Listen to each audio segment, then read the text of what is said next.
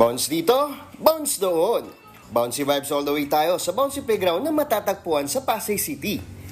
First up, disco slide na sintas ng 4-story building.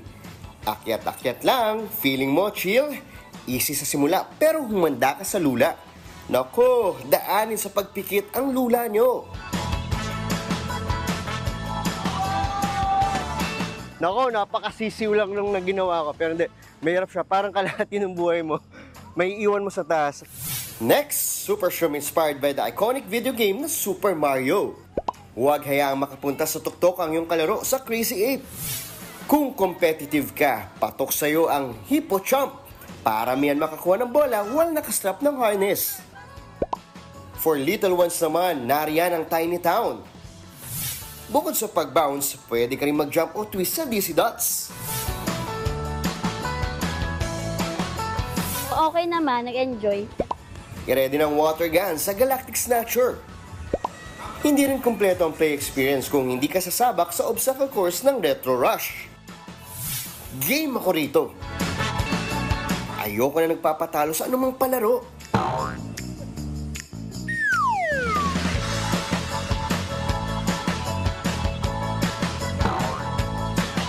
Hilo is real.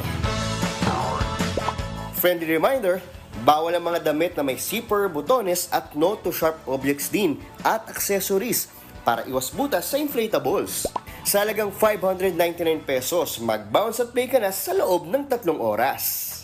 Matanda, bata, magpakayang at heart tayo dito lang sa Boogie Bounce. Umulan, umaraw, bukas ang Boogie Bounce.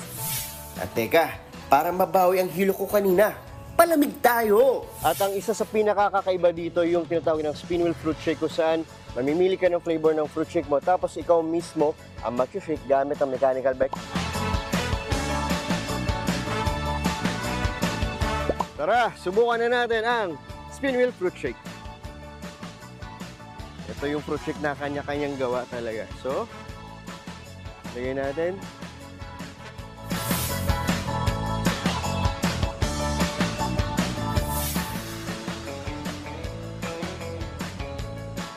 Refreshing.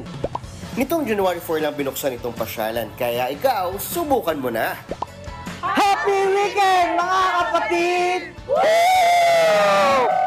Mondi Lopez, News 5. Mga kapatid, Nikki de Guzman.